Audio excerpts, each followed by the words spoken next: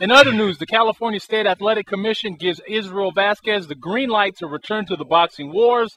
Team Vazquez says his return will be at featherweight. We'll have to see if anybody wants to jump up from junior feather to featherweight to fight him, guys like Juan Manuel Lopez or Rafa Marquez. I say if you're looking at the featherweight division, give me Vazquez versus Gamboa. That should be a hell of a 5-round fight. Yeah, it's probably a little bit too much, a little too soon for Gamboa. I think we'd like to see how Vazquez looks at a $126. He's coming up in weight, plus he's coming off the long layoff.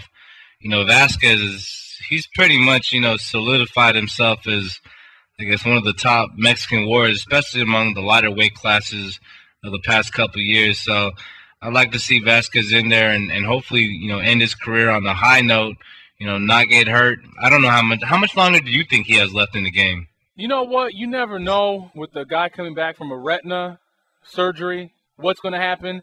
So I think it's probably 1 and out, maybe 2 and out. And I know his management team, because I spoke with them a few weeks before they made the official announcement, they're looking for the biggest financial upside.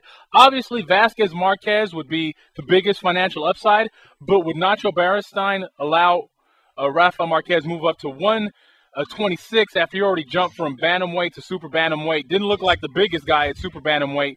Is he going to let him go up to featherweight? Would Juan Manuel Lopez jump up to featherweight so soon in his career, seeing that he has a good thing going?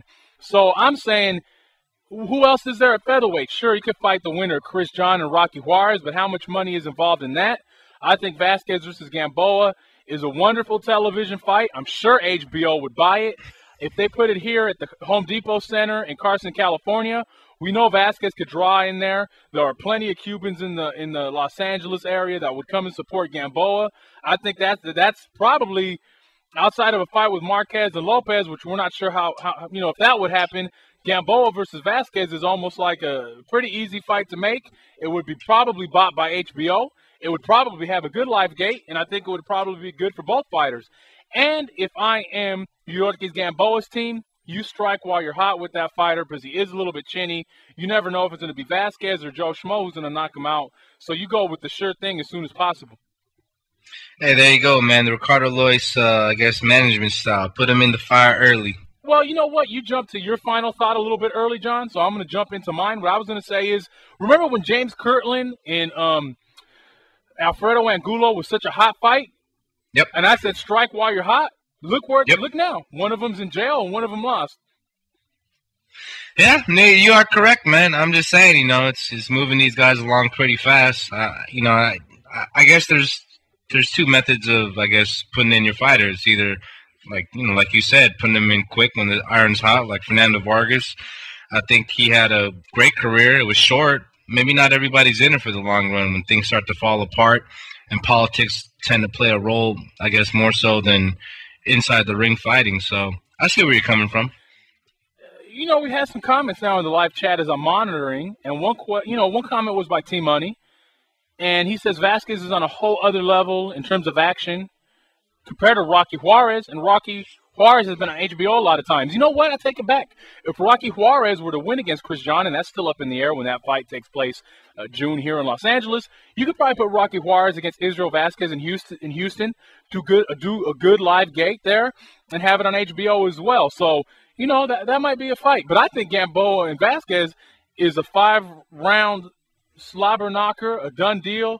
Pretty much a pure action fight because Gamboa fights one way, Vazquez fights one way. It's going to end violently one way or the other, probably with Vazquez winning. But back to your point, John, I think if you look at Gamboa, the way he fights, the way he has not improved as a professional fighter, he's going to fight with his hands down and pretty much rely on his reflexes. He's not in it for the long run, the way I'm looking at it. And if I'm his promoter or manager, I'm looking at this as a business, and I'm looking at this kid and his mentality and his skill set. Let's make some money while it's there to be made.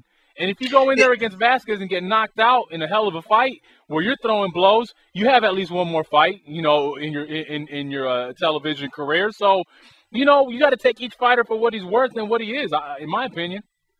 Yeah, no, I see that, but I guess going back to the Chris John Rocky Juarez bout, I think that a guy like Chris John would be perfect for a guy like Gamboa. I think what we saw from John is that, he's a crafty fighter, a little awkward in there, But I think, Gamboa would have such the edge in speed and reflexes and maybe even punching power that's a winnable fight for him. And I think that's a championship bout. So I think that would be a great way for Gamboa to pick up a title against somebody that's not particularly as dangerous as having that reputation as Israel Vazquez. To me, Gamboa is like an Andre Berto that doesn't clinch. So he has all those defensive flaws, but he doesn't clinch to avoid some of that return fire, which makes him an exciting fighter and a TV-friendly, I guess up-and-comer to watch. But I just think certain matchups are real dangerous, and I don't think he needs to take them, I guess, at this point in his early career. Yeah, but John is a pretty much a skilled fighter. He's a pretty well-polished fighter. And let me give you two scenarios. You put Gamboa against Chris John. Chris John embarrasses him, outboxes him for 12 rounds, takes a decision. Now what do you have left? On the flip side, you put Gamboa versus Vazquez. It's a firefight. They beat the hell out of each other. At the end of the day, let's say he loses both fights. Not at the same time, but you lose the John fight, 12-round decision, your stock goes way down. Because people say, well, you were a fraud. You can't beat a boxer. You go in a firefight with Israel Vazquez, maybe get a few shots in there, go down on your shield. You got a few more television dates on your docket. I think that's been a proven, commodity. If you go out on your shield, they'll bring you back a few more times because people want to see that. Anyways, we got someone on the line. Who's on the line? Yeah, it's Jerry again from 954. I want to say first hey to my friend Clay Brown that just tuned in for the first time. He's listening right now. Hey, Clay. What's up, Clay Brown? That's right. You keep doing that. Keep bringing us people. I hope Clay Brown enjoys the show.